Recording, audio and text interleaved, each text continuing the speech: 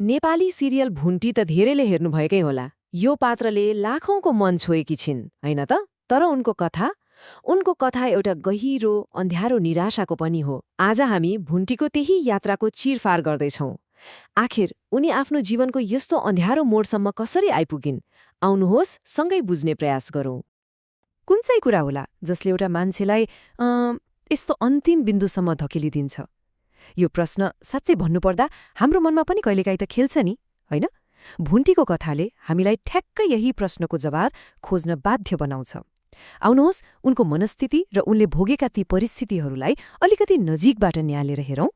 के थियो त त्यस्तो जसले उनलाई यहाँसम्म ल्याइ पुर्यायो? भुन्टी अहिले जुन सङ्कटमा छिन् नि, त्यो एकाएक आएको होइन है। यसको जरा त्यो त उनको पीडाले भरिएको विगतमा गडेको छ। त्यसो भए कुरा त्यहीँबाट सुरु गरौं, उनको अतीतबाट। भुन्टी आफैले भनेकी छिन्, मैले धेरै कोसिस गरे तर सकिन, अनि मैले सबै थोक छोडेर हिँडिदिएँ। सुन्दा पनि कस्तो मन छुन्छ, होइन? उनको यो एउटै वाक्यले मनभित्रको त्यो हार, त्यो असफलताको गहिरो भावनालाई छर्लङ्ग पारिदिन्छ। अनि यही पीडाले नै उनलाई आफ्नो घर, आफ्नो देशै छोड्ने जस्तो कठोर निर्णय लिन बाध्य बनायो। सोचौं त, एकातिर विवाह असफल भयो, अर्कोतिर परिवारबाट दुर्व्यवहार सहनु पर्यो, अनि मनमा के लाग्यो? मैले त सबैलाई दुःख मात्रै दिए।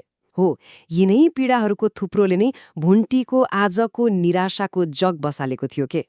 हरेक चोटले उनलाई भित्रैदेखि खोक्रो, कमजोर बनाउँदै लगिरहेको थियो।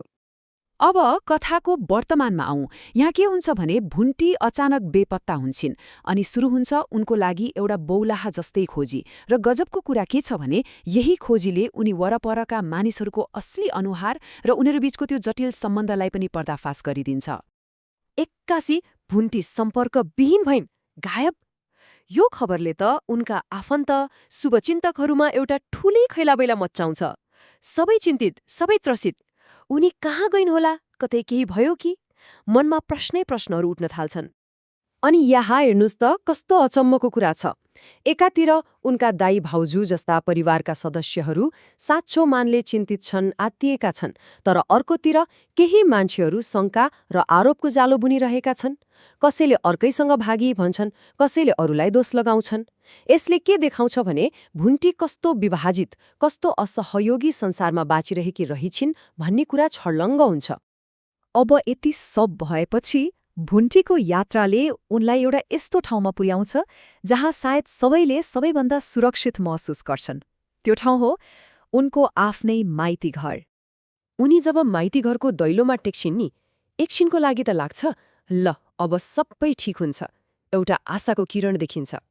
सायद अब उनले अलिकति भए पनि सुरक्षा, अलिकति सान्त्वना पाउनेछिन्। तर त्यो आशाको झिल्को एकैछिनमा निभिहाल्छ। उनको माइती फिर्ती कुनै समाधान लिएर आएको थिएन। बरु यो त सिरियलको सायद सबैभन्दा पीडादायी टकरावको एउटा सुरुवात मात्र थियो। अब हामी कथाको त्यो बिन्दुमा आइपुगेका छौं जुन भावनात्मक रूपमा सबैभन्दा उत्कर्षमा छ। यो त्यो क्षण हो जहाँ भुन्टीले आफ्नो मनभित्र दबाएर राखेको त्यो असह्य पीडा, त्यो निराशालाई पहिलो पटक शब्दमा पोख्छिन्। सोच्नुहोस् त, उनले आफ्नै आमा बुबाको अगाडि भन्छिन्, म अन्तिम पटक बिदा माग्न र मर्न आएकी हुँ। कल्पना गर्न पनि कति गाह्रो छ, होइन? यी शब्दहरू उनले आफ्ना आत्तिएका, डराएका आमा बुबालाई सुनाउँछिन्। यो उनको भावनात्मक यात्राको सबैभन्दा अँध्यारो, सबैभन्दा काहाली लाग्दो क्षण हो, जहाँ उनले बाँच्ने सबै आशा सबै त्यागिसकेकी छिन्। भुन्टीको मनमा एउटा कस्तो दुःख लाग्दो तर्क बनेको छ भने, पहिलो, मेरो जीवनमा दुःखै दुःख मात्र छ।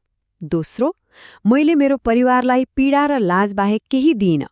र तेस्रो, त्यसैले मेरो मृत्यु नै सबैलाई शान्ति दिने एउटै मात्र उपाय हो। उनको विचारमा आफ्नो जीवन सिद्ध्याउनु नै सबैको लागि उत्तम समाधान हो। कति गहिरो मानसिक पीडा होला यस्तो सोच्नको लागि। अनि उनी थप्छिन्, म एउटी श्रीमती बनेर सफल हुन सकिनँ। म समस्या नदी बाँच्न पनि सक्दिनँ। म किन बाँच्ने? यो भनाइले उनको मनभित्रको त्यो पूर्ण मूल्यहीनताको भावनालाई अझ छर्लङ्ग पार्छ। उनलाई के लाग्न थालिसकेको छ भने उनी जीवनको हरेक मोडमा असफल भइन् र उनको यो जीवन नै अरूको लागि एउटा बोझ बनेको छ। तर भुन्टीको यो निराशाको जवाफमा उनकी आमाको मनबाट एउटा शक्तिशाली एउटा पीडादायी चित्कार निस्किन्छ। उनी भन्छन्, मैले तँलाई अरू कसैको लागि मरेको हेर्न हुर्काएकी हुँ र? हो, यहीँबाट भुन्टीको त्यो भित्री छटपटी अब आमा र छोरी बीचको बाहिरी टकराउन बदलिन्छ।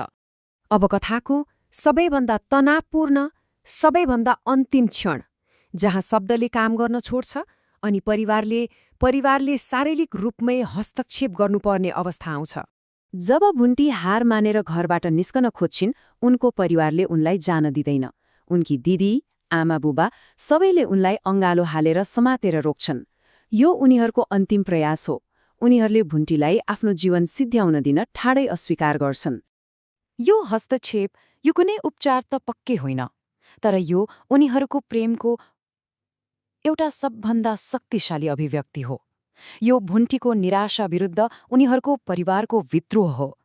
यसले के देखाउँछ भने भुन्टीले आशा मारे पनि उनीहरूले अझै आशा मारेका छैनन्। अन्त्यमा भुन्टीको यो कथाले हामीलाई एउटा गम्भीर प्रश्नको अगाडि ल्याएर छोडिदिन्छ। जब कुनै व्यक्ति संसारदेखि यसरी टुट्छ, जब उसले बाँच्ने आशै मारिदिन्छ, के परिवारको प्रेम एक्लैले उसलाई निको पार्न सक्छ? के त्यो पर्याप्त हुन्छ? यो प्रश्न अब विचार गर्नको लागि छोडिदिए।